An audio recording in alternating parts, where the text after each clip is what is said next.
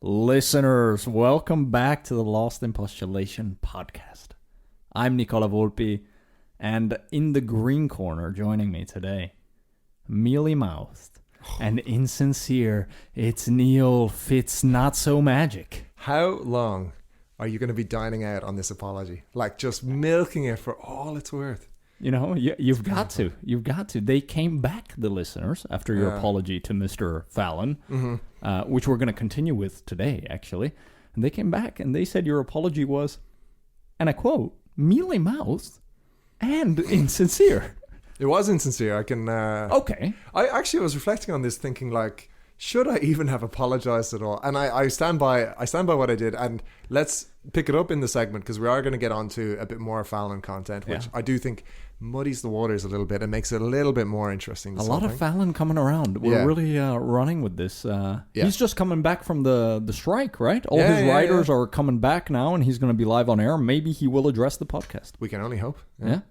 Well, that is one thing. We'll come back to that, but it's great to be back postulating once again. Absolutely. And Mr. Fallon, like our other listeners, feel free to write us in on any of our socials. That's on X at InPostulation, Instagram, Lost in Postulation, or to our email, lostinpostulation@gmail.com.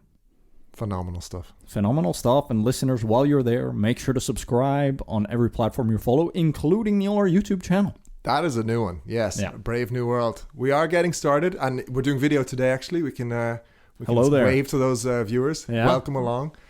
Feedback always welcome. So let us know what you like, what you dislike, what you'd like to see more or less of. We love that. Absolutely. We also love 5-star ratings, reviews, and that you share this with 1, 2, maybe 3 friends. I can actually give a shout out here. They've done a great job with the 5-star reviews. Yeah. Actually, if you look at our Spotify now, we're actually a universally 5-star rated podcast, which is probably rare, but not many of those around. Yeah, almost to the point where it's like actually maybe a 4-star would add to the credibility more than a 5. No, just because if it's like it's the same as Google reviews. When you see a place that's all 5-star reviews, I'm like, you have your doubts, right? It's all those uncles voting. Exactly. Yeah. Well, let's see. We can cut that part if you're worried about the old 4 stars coming for us, the listeners. But Neil, we're here to postulate, first and foremost. We've been postulating now for, I think, around 10 months, this podcast. Mm-hmm. This is episode 35 of the numbered episodes. Not too shabby. A lot of hours of postulating. Let's keep it going. Let's do that. Or should we start with a mundane postulation? We've got to. That's what they want. Somewhat mundane. An interesting one for you here. Over the past week, I've been confronted a number of times in different ways about the idea of modern art, contemporary art, to put it another way. Oh. And this started with a YouTube video about poetry. And it was about a poem whose name escapes me, but it was like 4 lines. And it goes something like, so much depends upon the red wheelbarrow next to the chickens. Or something like that's the whole poem, right? Okay. And this is a very celebrated poem and very popular. And there was a YouTube video talking about why it's such a good poem and how it's so incredibly well written. And I just couldn't get on board. I was like, this is such nonsense. And you're a poetry lover. I would like to think I have like an appreciation. I know some good poems, you know. Right. Written a few yourself. So, well, it depends what you count as poems. Valentine's Day when you were 13, 14. Listen. Keep that between myself and whoever else. But that was the first point where I was like, contemporary art like this, I want to like it. I want to have an appreciation for it, but I just don't, right? And then similarly, like I saw some discussions online about like going to contemporary art museums, especially ones with video installations. Yeah, sure. And watching some of those video installations, you're just sitting there for like 20 minutes. Like, some weird stuff. I hate this. Like really, and I've seen some pretty out there ones, you know, right? Where I really, really force myself. I'm like, come on, there must be something here that I'm going to take from it, right?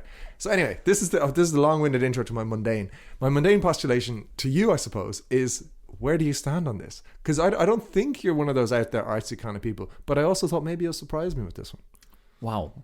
I don't strike you as an artsy kind of person. I think you're more football with the lads rather than Louisiana with the art club. Really pigeonholing, that you can't also be part of the art club when you're football with the lads. I'm all for both and inclusion, all that, but in this case... I'm also football with my wife. Also, football with everyone. You'll bring whoever. The point is, as long as you get to see football, you don't. Indeed. Contemporary art. And interesting that you throw poetry in with that. I have a weird relationship with contemporary art. Actually, my grandfather had been a collector of contemporary modern art. So we had a bunch of this stuff coming into the house where, like you said, you'd stare at it and you're like, what am I supposed to do? Contemplate the meaning? What are these lines and circles? And I was once in a museum, Minneapolis, Minnesota, Walker Art Center, quite a well-reputed modern art center. And there was this exhibition from a guy called Fontana, Italian guy. Okay. You don't need to know. Doesn't ring a bell. I didn't know him till I saw that. Fair. And there was this white canvas. And right down the middle of that white canvas was a black line. And apparently was the most expensive piece in the whole museum. And there I said, wow, okay. And I had the classic thought that you have as a 10, 11-year-old where you say, well, anybody can do that, right? Yeah. And then come around to high school, after I didn't cut it for the clarinet, after I didn't cut it for the choir, as we've discussed, I believe, before on the podcast. Yeah. I still needed my fine arts requirement. So where did I end up? I ended up in painting. Okay. For 3 years, Neil. Actually. So you're actually a painter. You are a painter somewhere now. Yeah. So you could say, I've been a painter back in my day. And for 3 years I painted, and I would come in, 45-minute period every day for a semester every year. I would put on my red apron. Cool. I would put on gloves a la Michael Jackson. Because I didn't want to get paint all over my hands. That's fair. Then, have to go back to class. Okay. I would still manage to stain everything. Yeah. And I would paint abstract. Oh. Yes, I would. Jeez. And my mother was a big fan of my work. She still has some of my paintings. Wow. I like to play with color. And, throw color on there. Jackson Pollock vibes. A la Jackson Pollock. Thank you. Very, very humbling. And I ran with that for 3 years. The whole I could do that thing. And to this day, I think my mother remains the only fan of my works. So not everyone can do that, was my conclusion. Okay, that was what I was going to ask. I was going to ask you, do you see value in your work? Or putting it another way, do you feel that work was any sort of expression? Or was it actually just a bit of throwing paint on the canvas? What started as, a lazy high schooler trying to meet a fine arts requirement ended with an appreciation for that type of art. Okay. To this day, I am not the one picking out pieces to stick on the walls in our house. But I can appreciate when the right color hits the wall at the right angle, what it can add to the room. Yeah. But I couldn't tell you that one is worth 40 million. Yeah. Not that we have any 40 million artworks in our house. I mean, that one is 40 million and that one is, 2 cents. It's interesting. Not. And what do you make of this argument? That say something is so dull and boring and uninspired that it makes you angry, right? Okay. Which I've seen many examples of, especially in painting or in photography or those kind of things. One argument could be that that's the point, right? And that if art makes you feel something, then it's successful art. And if it makes you feel angry at it, like thinking this is nonsense, then it has succeeded in its job of inspiring, or at least, provoking or evoking some emotion in you. Something existential about it, right? It's the same thing if you think about it, you and I with other arts. I mean, we're both big, movie people, cinephiles, if you want to be pretentious about it. I do. We like music also.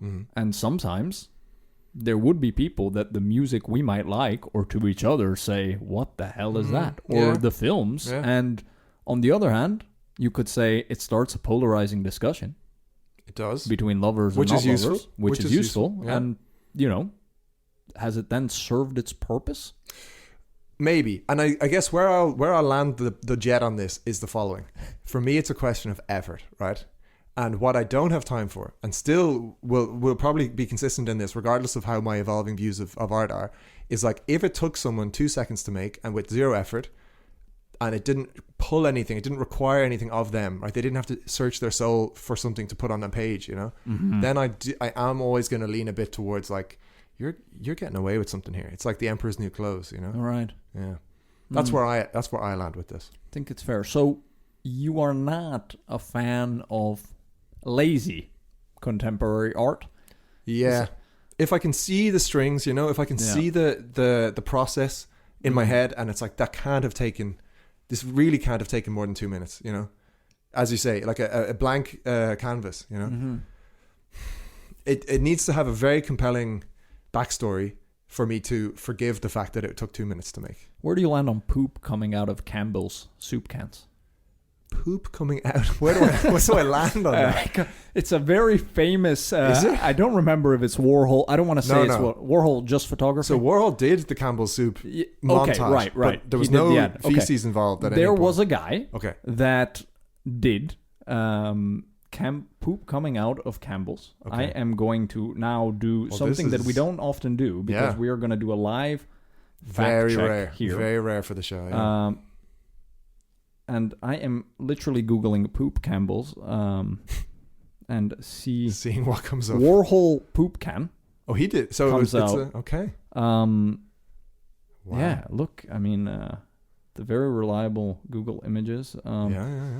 Yeah, so Warhol poop can. It's a thing. Listeners, come at us, explain this to us, because the images here that I'm finding, don't search this on the internet. They're not too gratifying. You need to do a more specific search. Yeah. Anyways, one of the most famous contemporary art exhibitions by a huge name at one point, in the MoMA, in wherever you want, was Campbell's cans of soup with human excrement, I believe coming out of it. Actual? Real? I believe so. Oh, man. And, this is one example, but I believe we're only scratching the surface. Like, you can find so many examples, and there's certain artists who are really, particularly bad for it, to use that phrase, but, like, there's some crazy exhibits that have happened over the years, not all of which I would necessarily agree is art, and some do drift into like Marina Abramovich has done some absolutely crazy stuff. Yeah. Which I would start to question, like, is this just awful and shouldn't exist? But maybe a topic for another day, because I know we were trying to keep it light and mundane here, and we've gotten into the quite deep territories. I'd love to discuss Banksy with you at some point. Big fan of Banksy. Yeah. Big fan of Banksy, right? So, but it's but that's high effort. That's high, as in, like, if you look at the quality of the stencil work, for one thing, the effort, but also the stencil work itself, it's extremely well done. And then the statements, the choices he makes, I think are or were, or whatever way you want to put it, because I don't know how active he is now. I saw an exhibition of his in Amsterdam earlier this year, I think it was. Quite impressive. Yeah. So I have time for Banksy. We have time for Banksy. And listeners, what we don't have time for is more apologies. So stay tuned for our next segment.